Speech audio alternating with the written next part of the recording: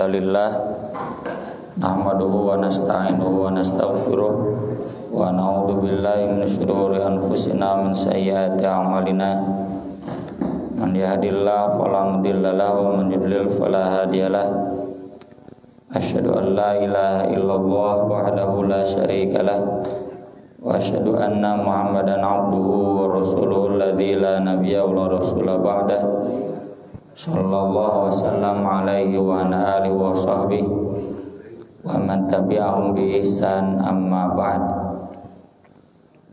Faqala Allah ta'ala fil Qur'anil Karim a'udzu billahi minasyaitonir rajim ya ayyuhalladzina amanu taqullaha wabtaghu ilaihil wasilah wajahidu fi sabilihi la'allakum tuflihun.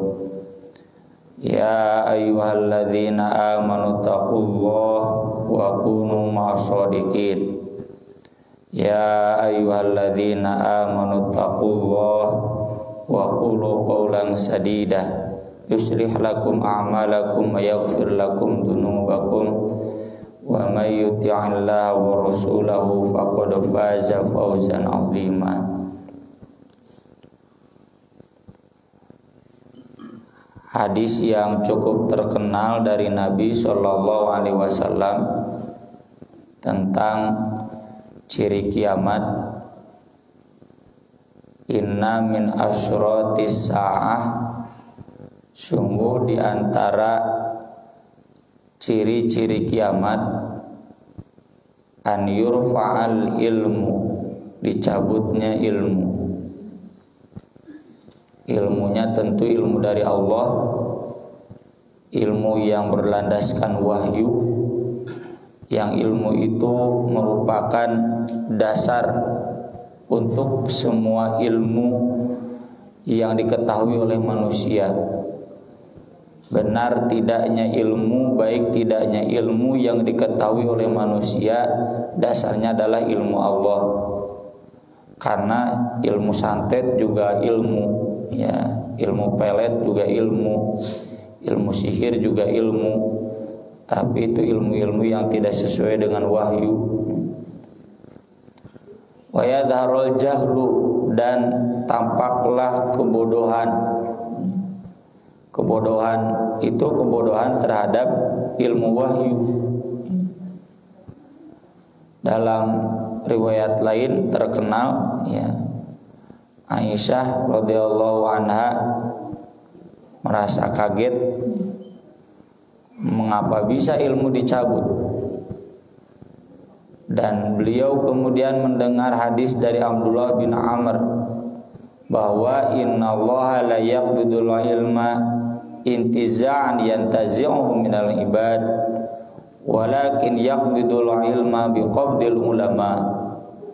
Allah itu tidak mencabut ilmu secara sporadis, ya, spontan, sekaligus dari tengah-tengah hambanya tiba-tiba manusia bodoh semua, enggak. Walakin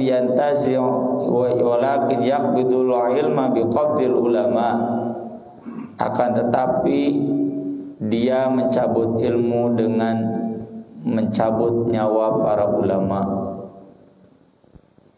Kalau dalam konteks hari ini bukan hanya mencabut nyawa para ulama, tetapi juga mencabut marwah para ulama.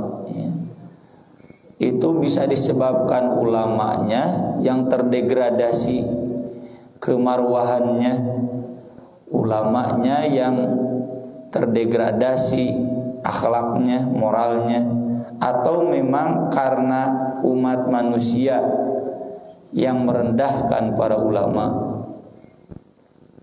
Akibatnya ittakhadhan nasu ru'usan juhalan fasu'ilu fa'aftau bi ghairi ilmin fadallu wa adallu.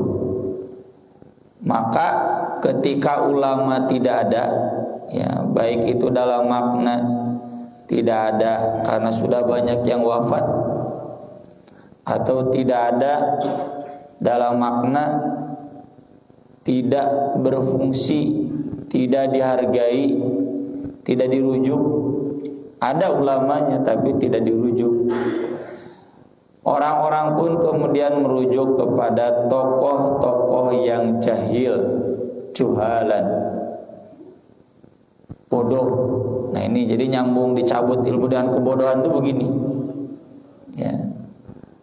Orang-orang berilmunya wafat atau dianggap mati, dan tokoh-tokoh yang tidak berilmu kemudian mereka dirujuk. Fasuilu fa'aftau bi ghairi ilmin, mereka memberi fatwa tanpa ilmu. Fadallu wa adallu, mereka sesat dan menyesatkan.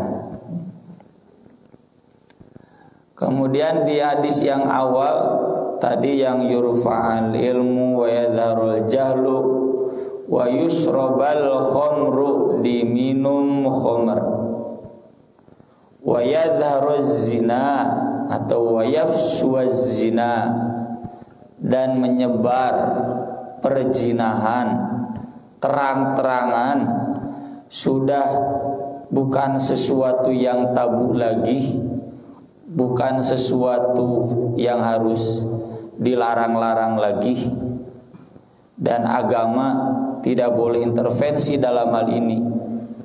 Rujukan untuk persoalan zina yang masuk kategori ranah pribadi itu nggak boleh merujuk agama, tapi merujuk kesepakatan manusia.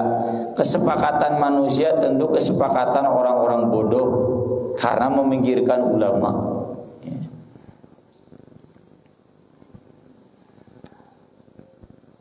Beberapa minggu yang lalu ya, umat Islam kembali dikecewakan oleh Permendikbud yang sebelumnya juga dikecewakan dalam kasus jilbab.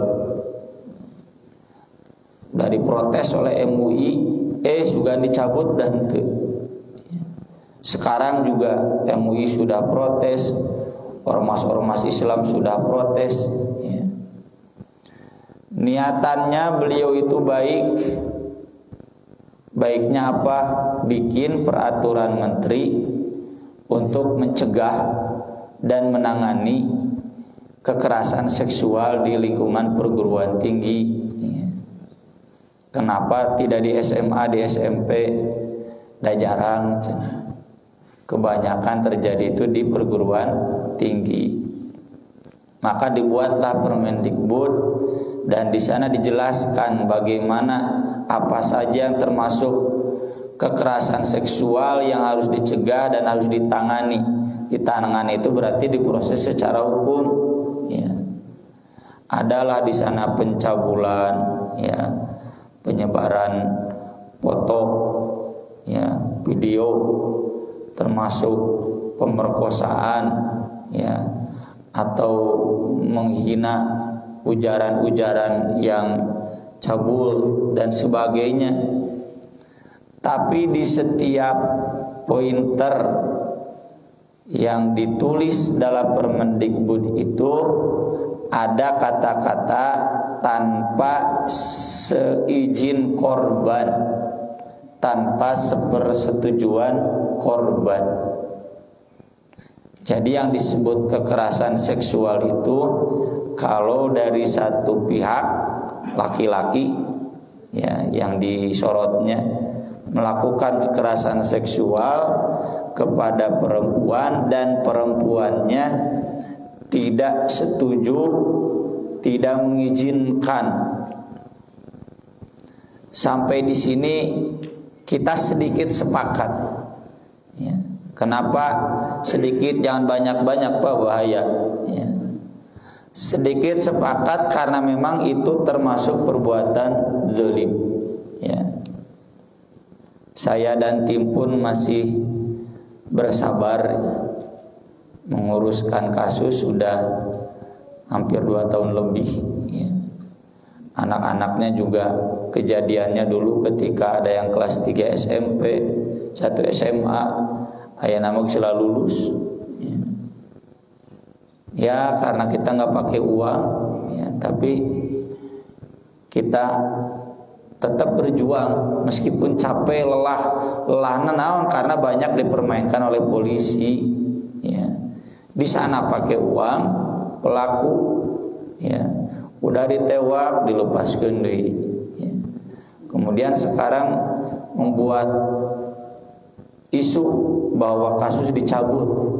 Jadi dia pede karena dia masuk uang, kalau kita nggak dapat uang. Selalu orang-orang yang tidak berkepentingan pun dipanggil, harus datang. Kalau tidak datang kasusnya akan ditutup, begitu saja.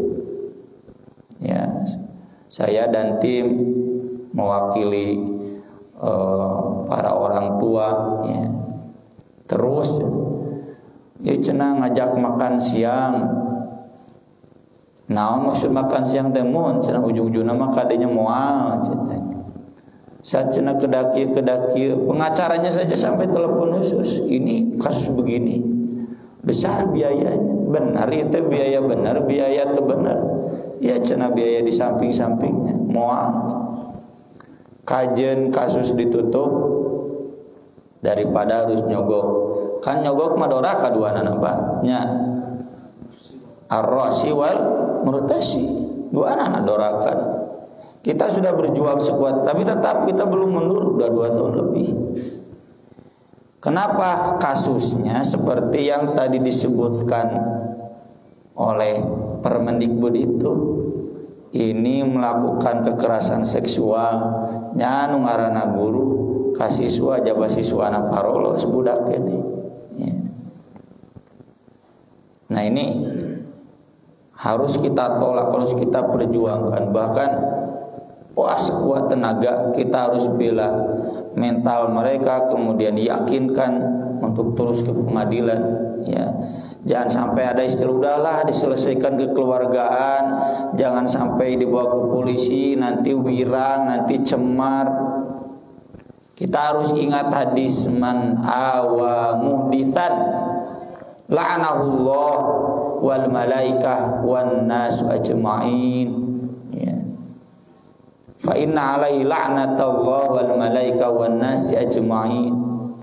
Siapa yang mengamankan awa itu memberikan tempat muhditsan kepada pelaku dosa besar, diamankan, dinyamankan, dilindungi,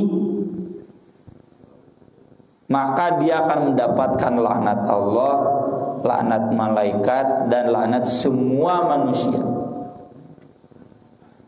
Meski beberapa pihak dari guru, dari sekolah, udahlah ada dibawa ke polisi make kudu nyogok, teu kudu nyogok. Kalau tidak nyogok, cenah nanti kasusnya tidak dilanjutkan, daripada cicing, udah cicing duluan medoraka. Ya. Udahlah cenah ke keluarga itu sama dengan melindungi. Ya. Ini pelaku seperti ini dosa besar. Hukumannya dalam Islam itu bisa hukuman mati. Karena bayangkan menghancurkan kehidupan anak-anak. Yang begini-begini nggak bisa didiamkan, harus dihukum biar jerak. Ya. Saya tanya anak-anak, ya, semuanya spontan. Apa hukuman yang pantas buat dia mati tuh? Ya, berarti hukum Islam teh sesuai dengan fitrah manusia. Punten punya, punten. Alhamdulillah min dzalik. Seandainya itu dialami oleh anak-anak kita, pelaku pencabulan itu, apa hukumannya yang pantas menurut ibu? Mati. Pas di syariat Islam. Nya sudah cenah paling minimal di penjara 2 tahun baik daripada henteu. Ya. Teu minimal eta cenah maksimal baik daripada henteu. Ieu mah kumaha pinter pengacara teh da ya kitu kadang pengacara yang betul-betul Islami juga susah dicari. Pengacaranya banyak cana naon meok meh dipacok teh gini karena kita enggak punya uang, bukan enggak punya uang, enggak mau keluar uang. Ya. Hese cenah baik gitu.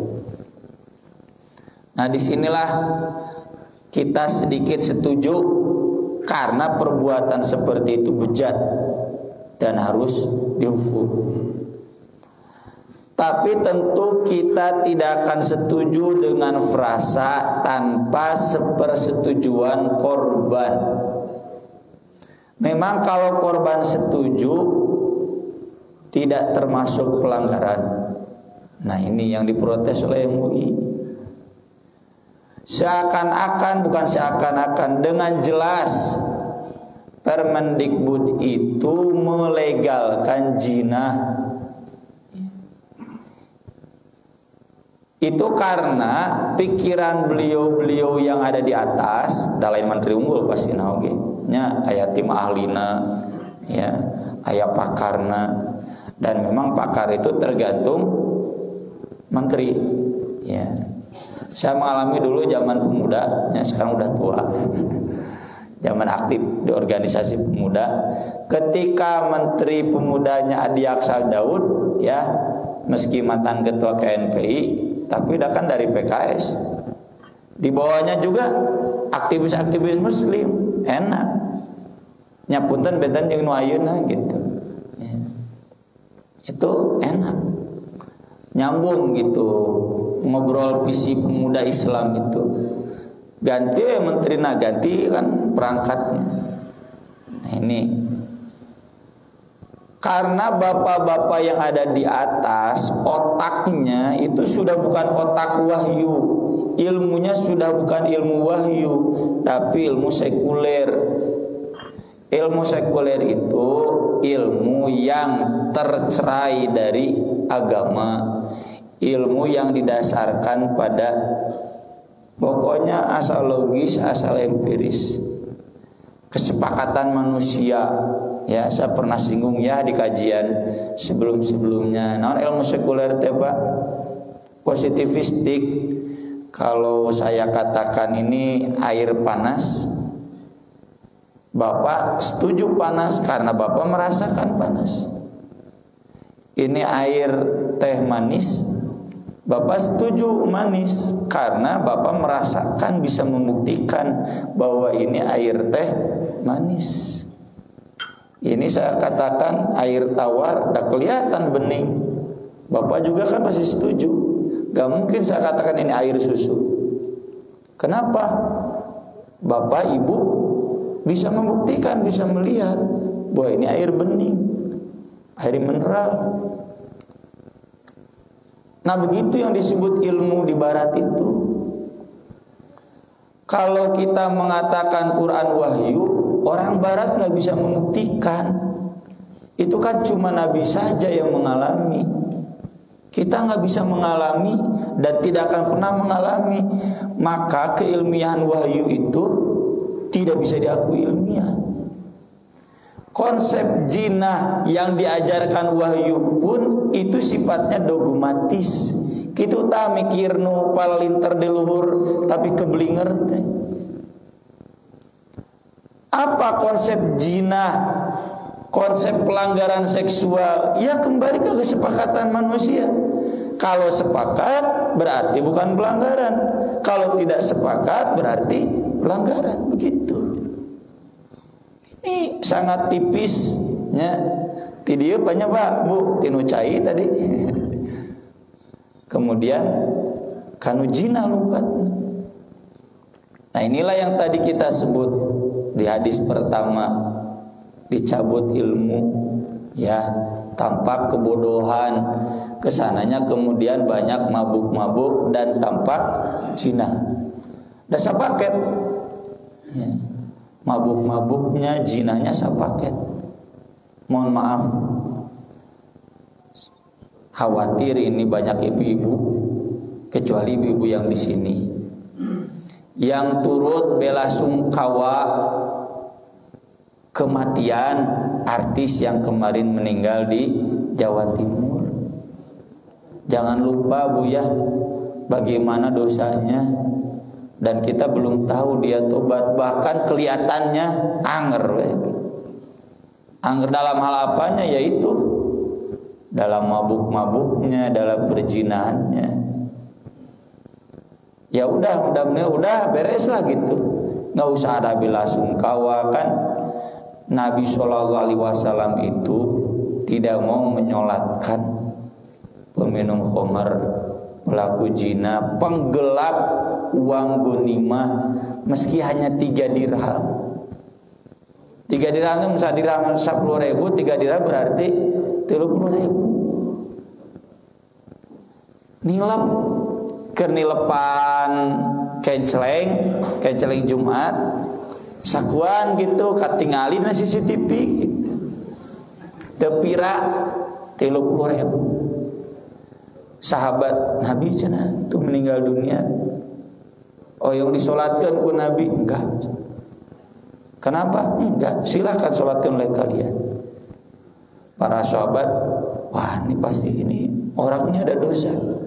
Ternyata ketahuan oleh keluarganya dia mengambil 3 kerping dirham, 3 dirham, ya dari ghanimah.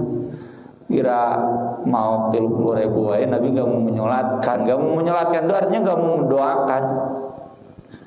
Ya berita meninggalnya Dabdio kayaknya ayah bu penasaran mah dibaca we. Ya. Mobilna kuma eta mobil Pajero nya anger we cilaka. Padahal cenah kualitas uji tabraknya tertinggi ya. Di uji tabrak teh paling menyelamatkan Pajero Sport teh ya. Lain Allah. Anu nyelamatkeun tapi karing segitu gitu. Resep ningali jadi resepnya penasaran melihat gitu. Tapi nggak boleh ada simpati apalagi diobrolkan ke anak-anak. Wah itu bahaya, menanamkan teladan buruk ya kepada anak-anak. Anak-anak jadi nihil nilai ya, jadi lupa nilai, jadi tuna nilai, nggak bisa menilai mana yang baik mana yang buruk. Dan ini menambah runyam, menambah bukti yadharuz zina. Setelah sebelumnya kita juga pernah bahas di majelis ini tahun 2019 dulu bulan Agustus ada disertasi yang melegalkan kumpul kebo. Da terang-terangan sama Pak Doktornya ya, bangga dosen syariah lagi di Surabaya ya, menerani Surabaya. Dan data-datanya ada di website atau institut ya. Bapak Ibu silakan ketik Cina. Ini saya juga lagi buka ya. Nanti artikel-artikelnya, dalil-dalilnya ada di sana. Disertasi itu meneliti ayat auma malakat aimanuhum ya kan, illa walladzina li furujihim hafidun illa ala azwajihim aw ma malakat aymanuhum fa innahum ghairu malumin. Orang-orang beriman itu yang menjaga nafsu seksualnya kecuali disalurkan kepada istri, dan malakat aymanum itu yang dimiliki oleh tangan kalian, maksudnya hamba sahaya. Fa innahum ghairu malumin, maka sesungguhnya mereka tidak tercela. Kesimpulannya gimana disertasi itu? Jadi hubungan berpasangan lelaki dan perempuan itu bisa ala azwajihim, bahasanya marital merit menikah, dan bisa juga auma malakat aimanum non marital tanpa menikah, karena hamba saya tidak dinikah. Fa innahum ghairu malumin. Nah, dia mengangkat landasan teorinya apa? Landasan teorinya hermeneutika Syahrur. Dikritik tuh oleh Profesor Dadang Kahmat ya, dari Muhammadiyah, pejabat Muhammadiyah Pusat. Beliau mantan ketua Muhammadiyah Jawa Barat, guru besar sosiologi agama UIN Bandung. Zaman saya dulu masih di UIN, beliau sering mengisi ya. Dan zaman kami aktif di level wilayah sering ketemu juga ya sama beliau. Beliau dari Muhammadiyah. Profesor Dadang Kahmad ya, sebagaimana dikutip oleh Republika dan media lainnya, beliau mengkritik kenapa Sahrur dijadikan rujukan ilmu. Dia kan sarjana teknik, lulusan ITB gitu menenam. Bukan ulama. Yang namanya disertasi itu harus merujuk ahli kan. Bapak sok nulis skripsi ngarujuk, bukan ahli, yang gak ilmiah. Itu kritikan Profesor Dadang Kahmad sederhana. Harusnya disertasi itu merujuk tokoh yang memang secara keilmuan diakui. Ini kok tokoh sarjana teknik lulusan ITB ya, dirujuk dalam hal menafsirkan Quran. Ya, lulusan ITB teknik mana praktis-praktis, nggak mau filosofis.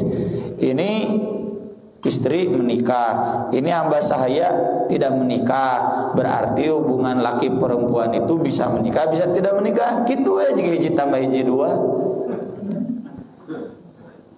Saya dulu ketika kuliah S2, teman saya mungkin ada yang kenal juga di sini, Akmal ya. Beliau artis lah di Facebook, aktivis dari PKS.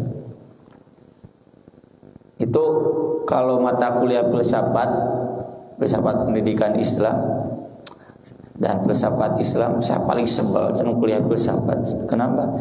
Saya kan orang teknik. Teknik itu simpel buat apa filsafat? Bertele-tele gitu. Orang ITB dibawa mikir Quran itu liur. Ya kecuali kalau orang ITB-nya mempunyai juga keilmuan Islamnya kayak Pak Kiai Miftah Farid, kan beliau juga dosen ITB. Tapi dosennya dosen agamanya. Boleh dirujuk. Ini sarjana teknik, bukan ulama, bukan ahli tafsir, kok dirujuk. Dan ketika diserang ya, bahkan MUI mendesak untuk dicabut, bahkan ada hukuman kepada petingginya. Itu Profesor Yudiante ngadon diangkat ku Bapak Jokowi jadi ketua kepala BPIP, Badan Pembina Ideologi Pancasila tan gitu, jadi Pancasila gitu mah. Begitulah paradigma bapak-bapak kita di atas. Pancasila itu begitu kalau sudah melegalkan Cina. Tapi memang nyangaran lagi profesor berkelit. Itu sudah kita uji, sudah kita koreksi.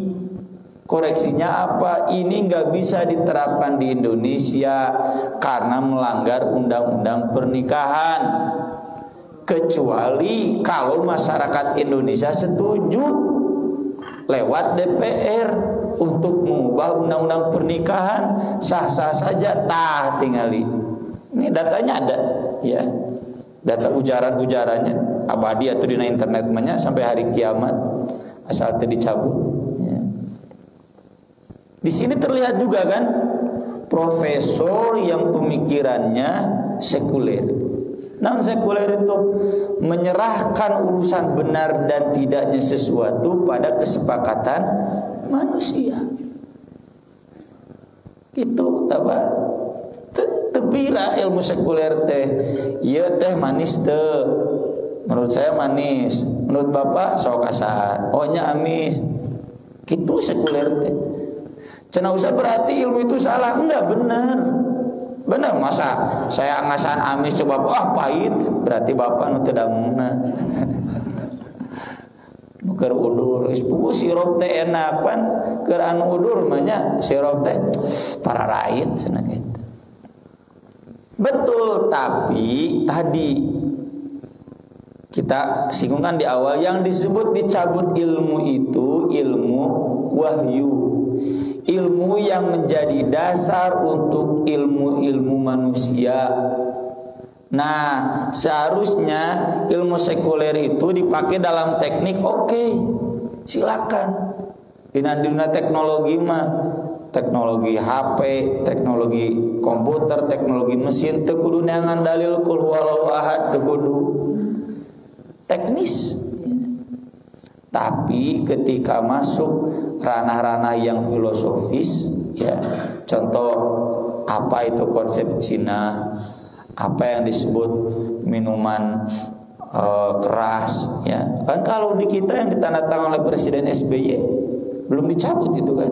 Kemarin Jokowi tidak mencabut, cuma ya menarik pajak yang besar dari industri miras karena kurang pajak. Iya, diantaranya miras cenah tarik pajak atau protes, tapi bagus lah nya meneran didengi Bapak Wapresnya cabut.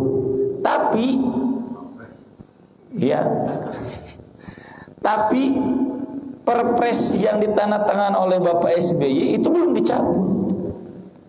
Apa Perpres yang ditandatangan oleh Bapak SBY itu? Bahwa miras itu boleh, tapi sekian persen alkoholnya disebarkan di hotel bintang 5 dan di tempat hiburan, tidak boleh didagangkan di kios-kios umum, apalagi di dekat sekolah, masjid. Gitu. Jadi yang disebut minuman keras menurut sekularisme itu asal di masjid, di sekolah, asal di imah, di pub karaoke mah boleh, ya. Asal kadar memabukkannya tidak sampai sekian persen alkoholnya. Mabok-mabokna mengantong parah teuing, begitu. Inilah ya wujud kebodohan. Tapi dah dianggap pinter, itu sudah legal. Perpres, Permendikbud, kumaha tuh dah. Tahun sebelumnya kita diramaikan ya dengan hashtagnya dalam Twitter Me Too sampai rame di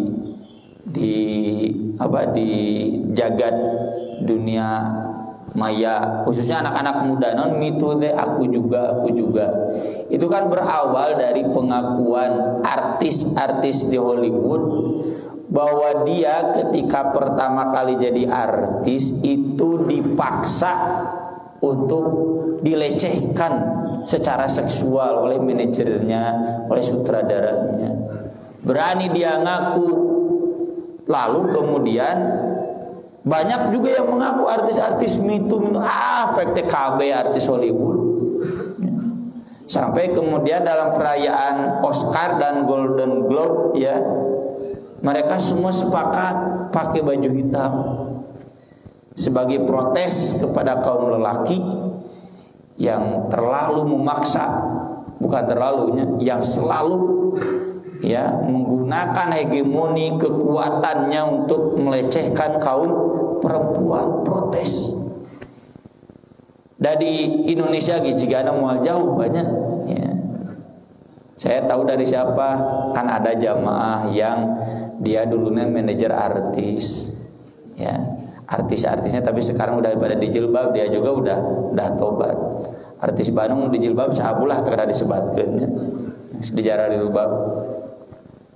Ada juga jamaah saya kerjanya di hotel ya, bagian dekor, hotel-hotel gede lagi. Wah, cenah ustadznya terkadang dicarioskeun lah gitu. Tapi anehnya apa tuntutan mereka dari Me Too itu? Dan ini betul-betul menyerap ya di otak anak-anak muda kita, di generasi remaja. Apa yang mereka tuntut dari Me Too itu? Perempuan berhak dengan tubuhnya jangan diganggu sama laki-laki. Padahal di Islamnya yudnina alaihinna min jalabibihinna dzalika adna ayyurafna fala yu'dzain. Kenapa Islam wajibkan jilbab buat ibu-ibu? Karena agar ibu-ibu, anak-anak perempuan tidak diganggu, dikenal sebagai perempuan baik, menutup aurat dan gak mungkin diganggu. Jadi dalam konsep Islam mah, kenapa banyak gangguan? Karena banyak pamer aurat. Banyak pamer aurat, tinggi nafsunya, banyak gangguan. Tapi ari logika barat mah, logika artis-artis itu mah, kami berhak untuk memperlakukan tubuh kami apapun dan jangan diganggu laki-laki. Sampai ada kan hari khusus telanjang dada di New York mah. AWWT. Kenapa? Kami juga berhak seperti laki-laki ketika telanjang dada tidak diganggu oleh perempuan. Perempuan juga tidak diganggu oleh laki-laki. Ini otak fitrahnya udah koslet. Jadi mereka nggak bisa mengukur mana otak fitrah nafsu. Ya, saya dulu masih ingat ya, di salah satu perkuliahan Dr. Adianusa ini, guru saya cenah tadi baca ya berita supir Jerman melaporkan seorang perempuan ke polisi.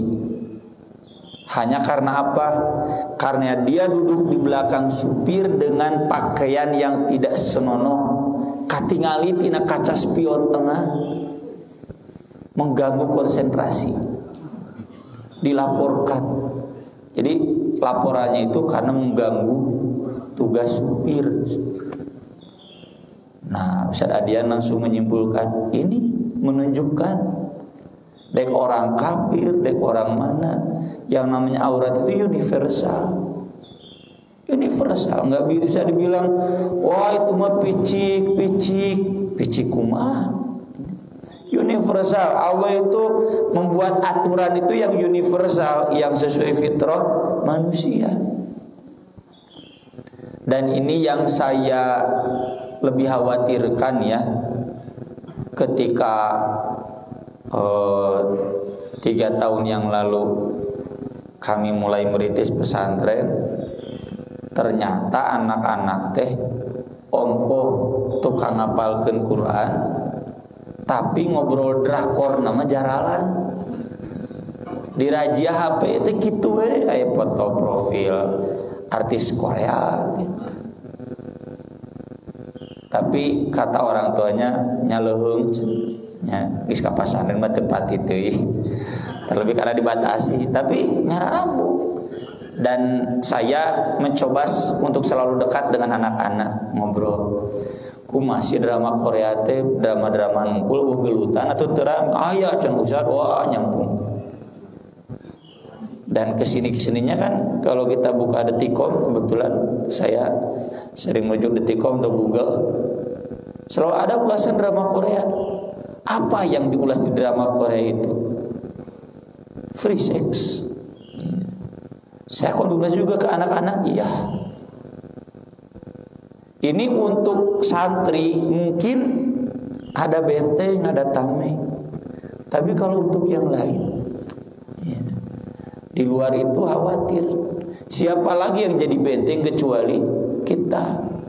Nah, di sini maka dialoglah dari anak-anak. Remaja mah Bu nggak suka didikte ya. Ibu-ibu juga merasakan. Di papatahan, malas. Anak-anak remaja mah wajadilhum billati hiya ahsan. Diajak ngobrol, dialog. Jadi tempatkan mereka sebagai orang dewasa. Jangan ditempatkan semua, wah ini kamu drakor itu haram, orang kafir, mal asuh. Siga nyarekan bapak-bapak tong ngalajo Persib ngaji, wah mal asuh. Karena yang lah cenah ngaji meminang Persib mah sedoi cenah. Jadi kayak begitu ya, ibu-ibu, bapak-bapak, marilah kita ajak dialog ya anak-anak kita agar mereka tidak terbawa budaya itunya.